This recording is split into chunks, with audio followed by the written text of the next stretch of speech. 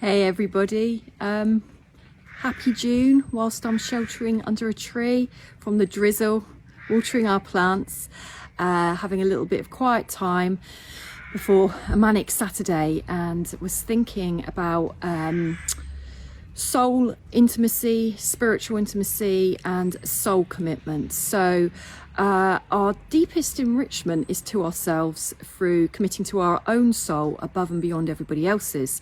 We live in a society that's under much pressure to put everybody else first, but we're kind of missing the point on that. But with spiritual intimacy, it's about going very, very deep with others in a very, very soul-feeding way, a way that really nourishes our growth, really speaks to our soul in a language that's far beyond our mind language, which is everyday chit-chat. This is something deep that is able to stir something deep in another. And with soul commitment, sorry, I'm in a churchyard and the light next to me has just started flashing non-stop. Just a little bit distracting there. So soul intimacy and soul commitment to another person is something very, very different to a regular relationship where we're committing to others often on some level about our own needs. Now, it's not that committing to others for our own needs is necessarily a bad thing, but if it goes unbalanced, unchecked, it becomes a bad thing. But committing to somebody's soul is something very different. It's quite a selfless experience, yet at the same time it feeds your own soul greatly at the same time.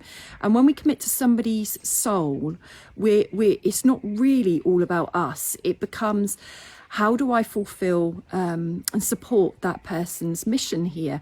How do I help facilitate? How do I help grow it? How do I help encourage it? And where do I get in the way of it?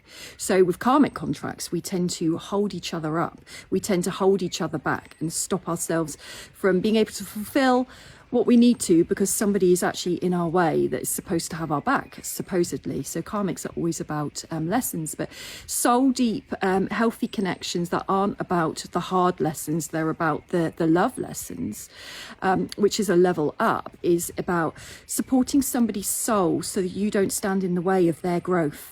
So you don't own them, you don't possess them, you don't put pressure on them. That doesn't mean you don't meet each other halfway. It doesn't mean that you don't have healthy boundaries. It doesn't mean that you don't have healthy expectations. But you are able to love them enough that you see how high they can rise, and you don't get in the way of that. You don't hold them back. You don't clip their wings. You don't let your insecurities come in between you.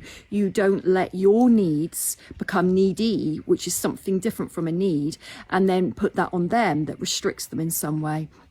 Because soul deep commitment to another is about upholding their individuality and not putting red tape around it, not putting conditions on it, not putting limitations, not putting demands and unhealthy expectations on it. It's allowing somebody to grow in the way they need to be and fulfill what they need to fulfill without stepping in their way.